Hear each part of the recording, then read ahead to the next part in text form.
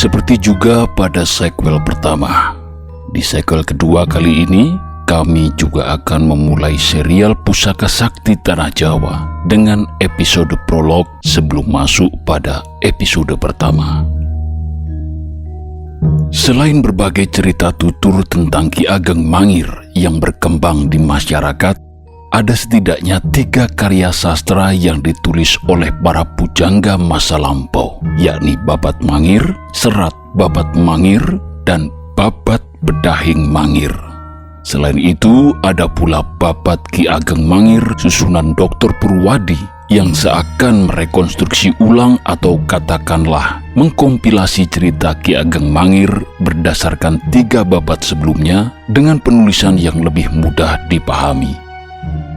Selain babat-babat berbentuk tembang, ada pula yang berbentuk lakon drama yang digubah oleh sastrawan terkemuka Pramudya Anantatur dan diberi judul Drama Mangir.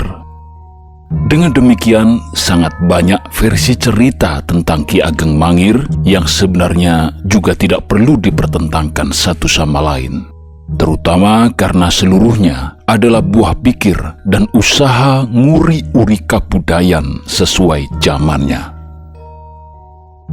Kisah Ki Ageng Mangir mungkin dianggap tidak terlalu penting oleh Mataram, sehingga tidak ada sama sekali di babat Tanah Jawi. Setidaknya dalam babat Tanah Jawi versi gancaran yang dikerjakan oleh Ngabehi Kertapraja dan menjadi koleksi kami saat ini. Kisahnya tidak ada di babat Tanah Jawi, tapi lucunya entah bagaimana dan dari mana ada yang menulis di Wikipedia hingga silsilahnya dikatakan berasal dari babat Tanah Jawi. Maka kami sarankan untuk tidak selalu menjadikan Wikipedia sebagai sumber rujukan karena tidak sedikit yang lucu seperti tadi itu. Berbicara silsilah, maka kita akan berbicara leluhur Mangir. Prolog kali ini akan menceritakan salah satu versi kisah leluhur Mangir karena akan berhubungan dengan sebuah episode dalam Geger Pertikan Mangir. Dalam episode prolog kali ini, meski disajikan dalam visual sederhana, namun kami perdetil ceritanya.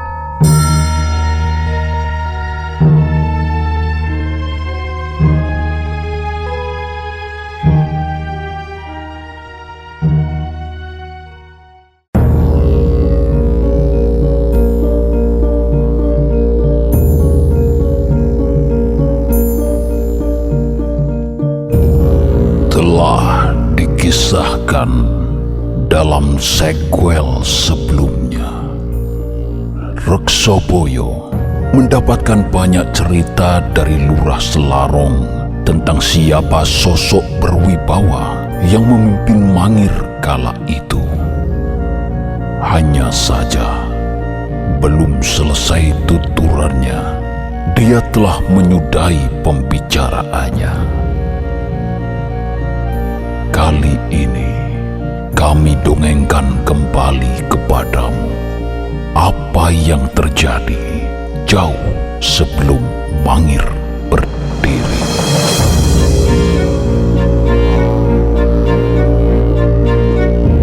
Adalah Sang Samarawijaya yang menjabat sebagai Peri Kauripan, keponakan Raja Majapahit yang kala itu sedang berkuasa, yakni Maharaja Singawikramawardhana Dyah Suraprabawa.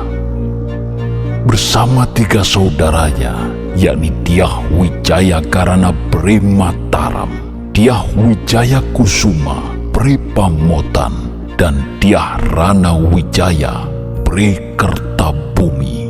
Mereka berkumpul di Jinggan untuk meratakan kedaton Trowulan. Majapahit harus runtuh, tidak boleh dimiliki oleh siapa-siapa lagi daripada terus-menerus diperebutkan oleh keturunannya. Paman mereka, Dyah Suraprabawa, yang sebelumnya menjabat sebagai Pritu Mapel secara semena-mena telah mengambil alih kekuasaan Majapahit karena Prabu Girisawardana yang Purwawisesa telah mangkat. Ini adalah kali kedua Samarawijaya gagal ditahtakan menjadi Raja Majapahit setelah sebelumnya mengalah pada Girisawardana. Di bawah para bataranya, para prajurit Kauripan, Mataram, Pamotan, dan Kertabumi telah siap dikerahkan kapan saja untuk menyerang Trowulan dari Jinggan. Tapi Trowulan sesungguhnya telah bersiap dengan apa yang terjadi. Ketika serbuan itu benar-benar datang, para prajurit telah siap mati demi junjungannya dan apa yang telah mereka yakini. Banjir darah pun tiba. Kekuatan tempur Majapahit mampu menandingi 4 mandala sekaligus. Bahkan Samarawijaya yang menjadi pemimpin penyerangan gugur kala itu.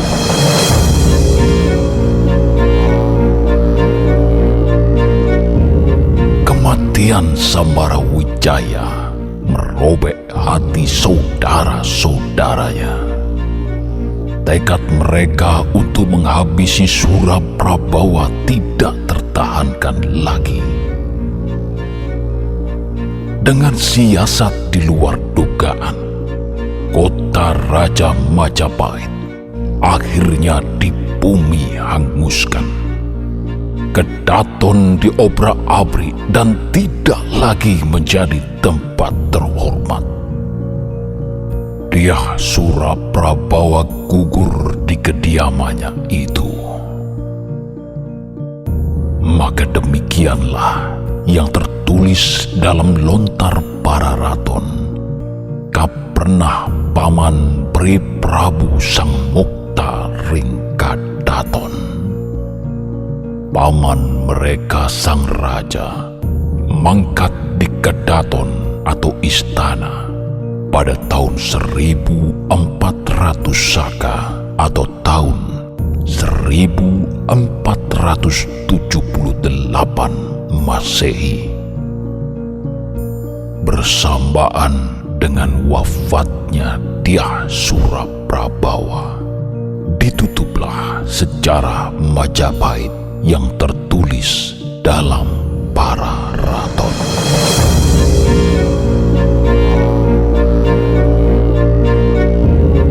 Kekuasaan baru akhirnya muncul.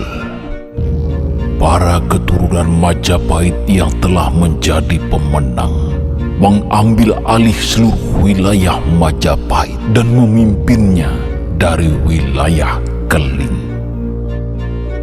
Dengan gelar Sri Maharaja Batara Keling, berturut-turut tahta dilenggahi oleh Girindrawardana Dyah Wijaya Karana. Kemudian berganti Singawardana Dyah Wijaya Kusuma, dan yang terakhir Girindrawardana Dyah Rana Wijaya. Pada tahun 1486 Masehi, terbit prasasti petak yang dikeluarkan oleh Girindrawardana Dyah Rana Wijaya untuk menguatkan anugerah yang diberikan oleh raja-raja Keling sebelumnya kepada Sri Brahma Raja Ganggadara, di mana dia dahulu telah membantu sepenuhnya perjuangan Samarawijaya atau Sang Mungwing Jinggan dalam penyerangan ke Trowulan. Dengan didampingi Empu Tahan Mahapatihnya yang bijak, Girindrawardana Dyah Rana Wijaya datang ke Petak, mengenang kembali jasa-jasa Sri Brahma Raja Ganggadara dan tentu saja kakaknya Sang Mungwing Jinggan Samarawijaya. Tertulis dalam prasasti itu, Katik Wijoyo Niro Sang Mungwing Jinggan tu ayun-ayunan yuto lawaning Mojopahit. Kemenangan Sang Mungwing Jinggan yang meraih kemenangan tetapi gugur dalam pertempuran.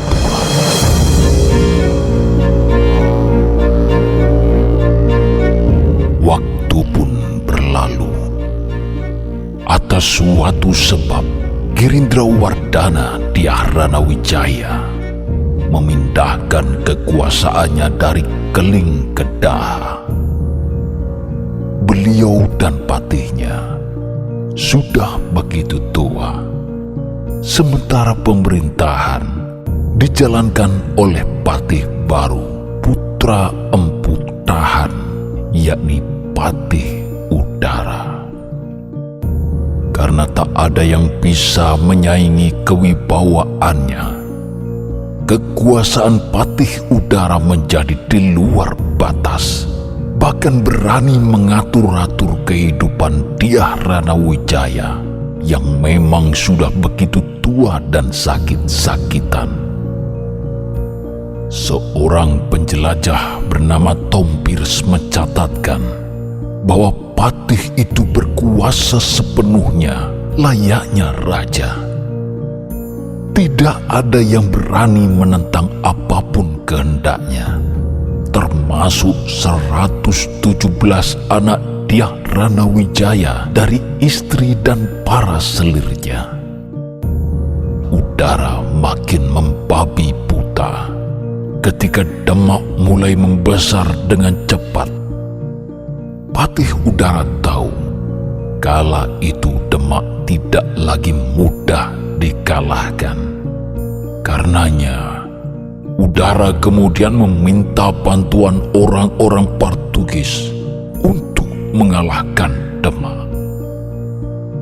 Mengetahui Daha bersekutu dengan Portugis, Demak yang telah berkali-kali kalah dalam pertempuran di Malaka begitu marah.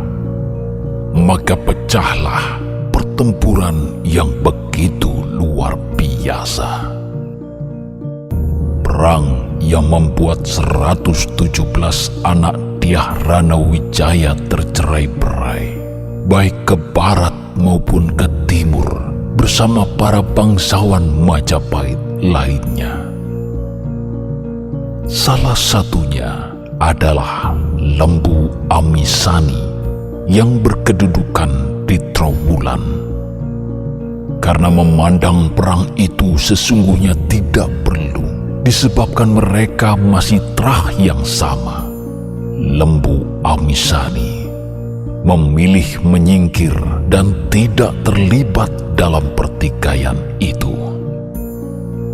Bersama keluarga dan para pendereknya, Lembu Amisani pergi dari kediamannya di Trowulan menuju ke arah Mataram. Terlunta-lunta dalam perjalanan, tidur di hutan-hutan, menuruni jurang dan bermalam di goa-goa. Namun ada saat di mana mereka begitu bosan tinggal di pedalaman, hingga kemudian menuju ke Ponorogo, tempat kakaknya Bathara Katong.